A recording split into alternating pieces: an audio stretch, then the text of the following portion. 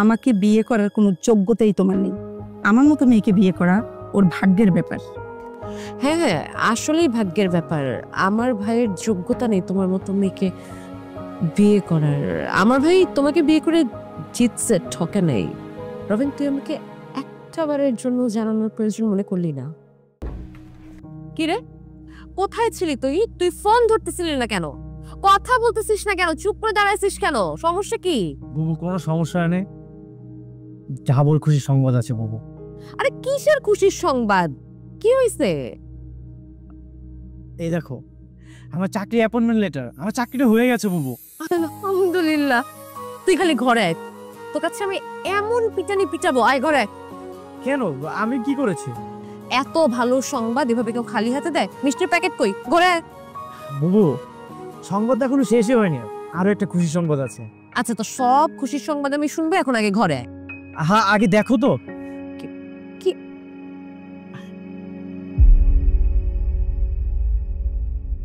বুবু, আমি বিয়ে করেছি।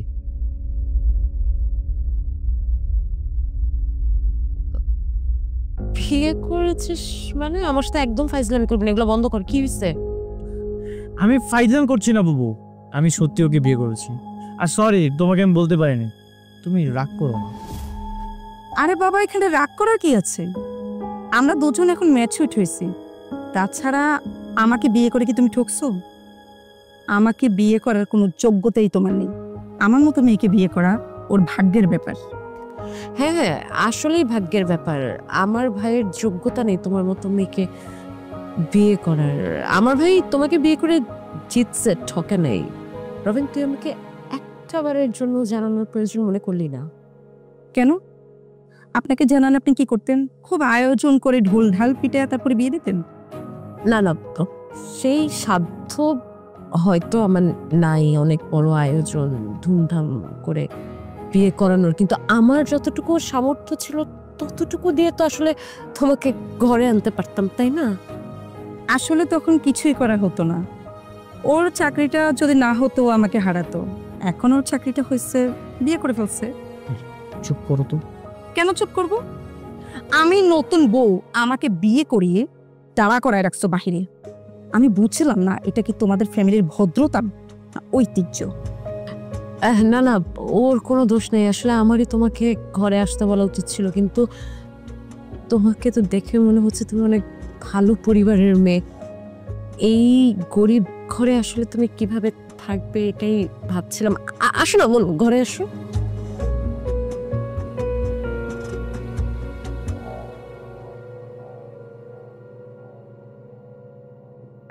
বুবু, তুমি ভুল বোঝো না, আসলে আজকে অনেক ঝামেলার মধ্যে ছিলাম তো।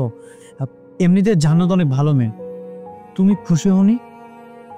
হ্যাঁ, অবশ্যই ভালো। তো আমি বুঝতেই পারলাম। আসলে হয়েছে কি জানিস, মানে অনেক ভালো একটা মানুষ পেয়ে গেছিস জীবনে, তোর বোনের থেকেও ভালো।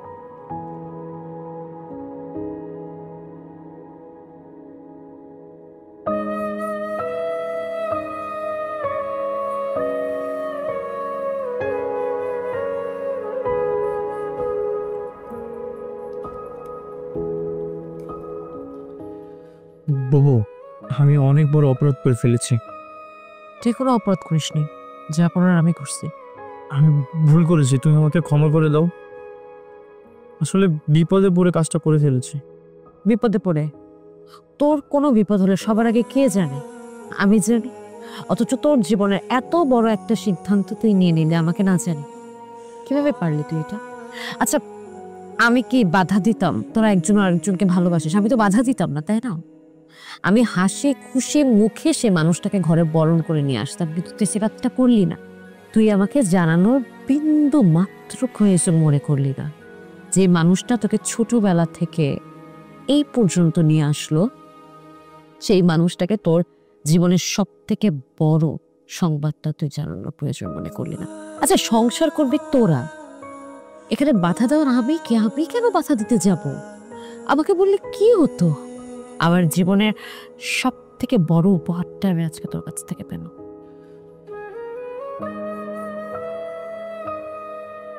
বুবু, ওর বাবা আমাদের রিলেশনের ব্যাপারটা জানতো, তারপরেও ওকে অন্য জায়গায় বিয়ে দিয়ে দিচ্ছিল। আর আমার না হাতের কোনো পথ খোলা ছিল না, আমি কি করবো বলো? এখন আমি তো আমার ভালোবাসার মানুষকে হারাতে পারবো না, তাই আমি ওকে বিয়ে করে ফেলেছি। যা করেছিস খুব ভালো করেছিস। এখন যা, ওর কাছে যা, দেখ ওর কিছু লাগবে কিনা। ভালোবাসার মানুষটাকে তো পেয়েছিস, সেটাই অনেক। এখন মানুষটাকে সবসময় আগলে রাখবি, যাতে সারা জীবন এই মানুষটাকে ভালোবাসতে পারিস, ঠিক আছে? আর আমি মন খারাপ করি নি। আমি ঠিক আছে, যা করার জন্য। তুমি আমাকে মাফ না করলে আমি এখান থেকে যাবো না। আমি তোকে মাফ করে দিচ্ছি, যা।